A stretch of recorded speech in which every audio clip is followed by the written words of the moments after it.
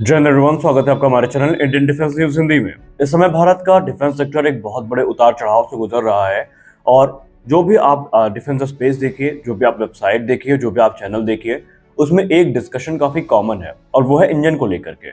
और हमने भी अपने पिछले वीडियोस में इंजन को लेकर काफी कुछ जो कंसर्न है इस समय जो मीडिया में चल रहे हैं उसको डिस्कस किया। लेकिन अब यहाँ पर रूस के तरफ से एक अब आप बड़ा दांव कह सकते हैं या बड़ी अपॉर्चुनिटी जो है उसको ग्रैब करने की कोशिश करी गई है। आप सबको अच्छे से पता है कि advance medium combat aircraft program हो, चाहे तेजस मार्क 2 हो, चाहे सुपर सुखोई हो, इन सब में अलग अलग कैटेगरी के जो इंजन हैं इनकी जरूरत है।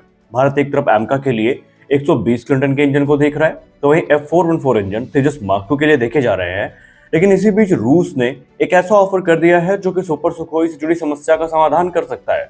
आप सबको पता है कि अभी तक भारतीय वायुसेना AL-31 इंजन को लेकर स्टिक थी और उनका कहना था कि सुपर सुखोई के रिक्वायरमेंट्स को पूरा करने के लिए AL-31 मोर देन इनफ है।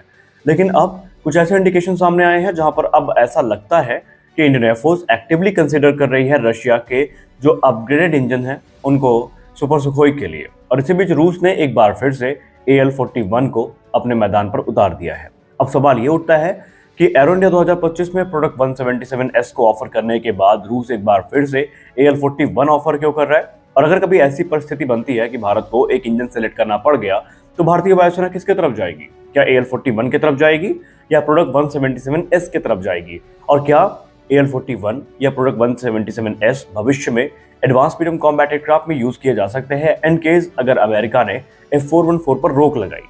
तो ये वीडियो काफी इंटरेस्टिंग होने वाला है क्योंकि बहुत सारे जो पहलू है उनको हम देखेंगे, AL-41 को AL-31 से कंपेयर भी करेंगे और प्रोडक्ट 177S के करंट स्टेटस पर भी हम आपसे बात करेंगे। तो चलिए शुरू करते हैं आज का अपना ये वीडियो।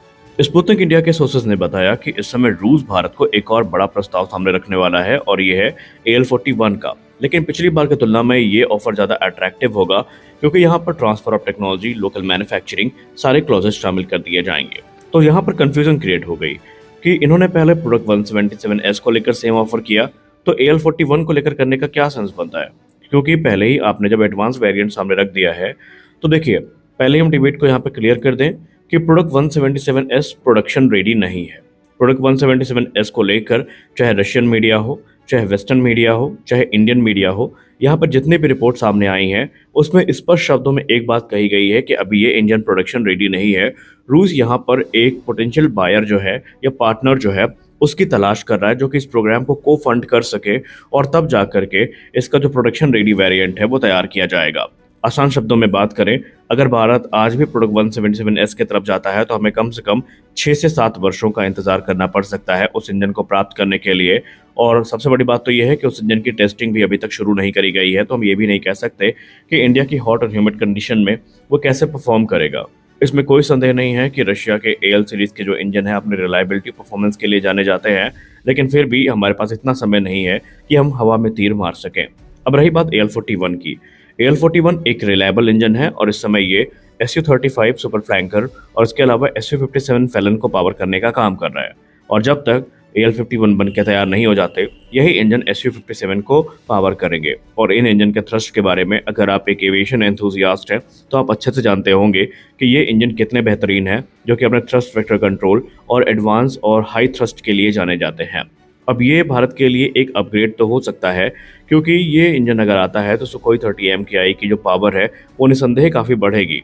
और ये एयरक्राफ्ट भारतीय वायुसेना की बैकबोन है। हमें ये भूलना नहीं चाहिए कि 2040 से 45 तक अभी ये भारतीय वायुसेना की सर्विस में अनवरत अपनी सर्विस देते रहेंगे। रूस का जो प्रस्ताव सामने आया है उसमें इन इंजन को लोकली मैन्युफैक्चर करने की बात करी गई है हिंदुस्तान एरोनॉटिक्स लिमिटेड के प्लांट में, जहां पर AL-31FP का निर्माण इस समय भारत लाइसेंस के अंतर्गत कर रहा है। AL-41 की बात करें तो ये सक्सेसर है AL-31FP का, जो कि अपने improve thrust to weight ratio, enhanced fuel efficiency, superior manoeuvrability के लिए जाना जाता है किसी भी प्लेटफॉर्म में, खासकर Su-30 सीरीज के जो प्लेटफॉर्म है उनमें। और Su-30 MKI जो कि अपग्रेड के बाद नियर 5th जनरेशन कैपेबिलिटीज को प्राप्त कर लेगा। इसको लेकर रूस के ऑफिशियल्स का कहना है एक पावरफुल इंजन अगर यहाँ पर इसको मिल जाता है तो फिर यहाँ पर सोने की सुहागा वाली बात होगी या सोने पर सुहागा वाली बात भारतीय वायुसेना के लिए बन सकती है। भारत ने ऑलरेडी 84 सुखोई 30 MKI जेट्स को अपग्रेड करने की मंजूरी दे दी है, जहां पर advance avionics, advance radar system, cutting edge weaponry से इक्विप किया जाना है।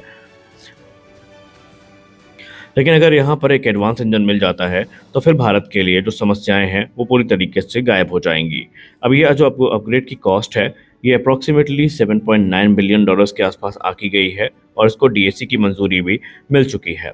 अब लोकल प्रोडक्शन की बात करें AL41 इंजन की, तो HAL की नासिक फैसिलिटी में ये किया जा सकता है जो कि AL31FP का हब माना जाता है।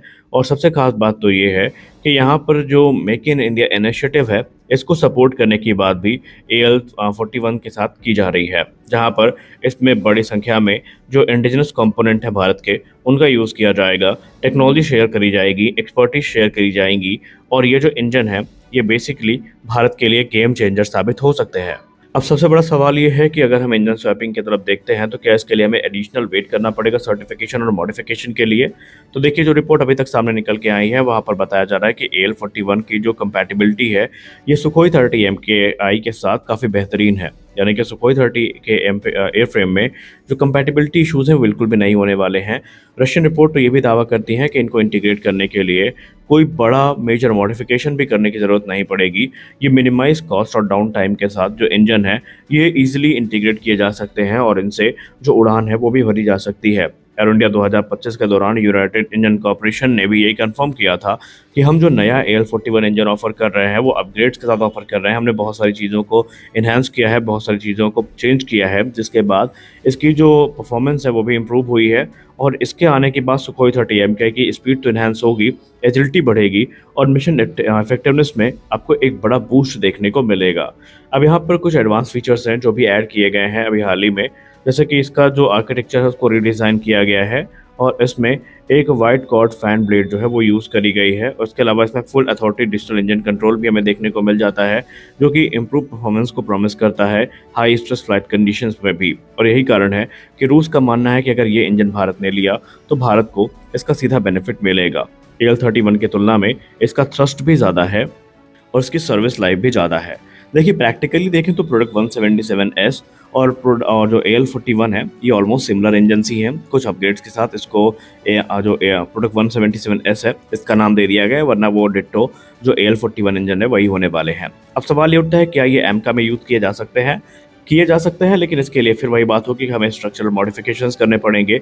हमें जो सेंटर ऑफ ग्रेविटी है वो देखना पड़ेगा कि कैसे शिफ्ट होती है, क्योंकि ये इंजन भारी है और जाहिर सी बात है जब वेट बढ़ेगा तो फिर पूरी तरीके से चीज़ों को रीडिज़ाइन करना पड़ेगा, यानी मेजर मॉडिफिकेशन से गुजारना पड़ेगा और कम से कम हमें 4 से 5 साल लग जाएंगे इस काम के लिए। यानी ये कैपेबल तो है, लेकिन ये देखना है कि हमारे पास उतना समय भी है या नहीं। लेकिन अब करंट स्टेटस की बात करें तो भारत सरकार ने इस पर कोई प्रतिक्रिया नहीं दी है और देगी प्रतिक्रिया या नहीं देगी इसके बारे में भी हम कुछ नहीं कह सकते, क्योंकि ऑलरेडी कई बार ये इंजन ऑफर किया जा चुका है। और जैसा कि आसार लग रहे हैं अगर भारत एडिशनल 90 राफेल फाइटर्स की तरफ जाता है और Su-57 डील कैंसिल की जाती है तो फिर इसकी संभावनाएं भी लगभग ना के बराबर ही देखी जा रही हैं। खैर आप इसको लेकर क्या सोचते हैं? भारतीय वायुसेना को ये लेना चाहिए या नहीं? कमेंट सेक्शन में ज़रूर बताएं।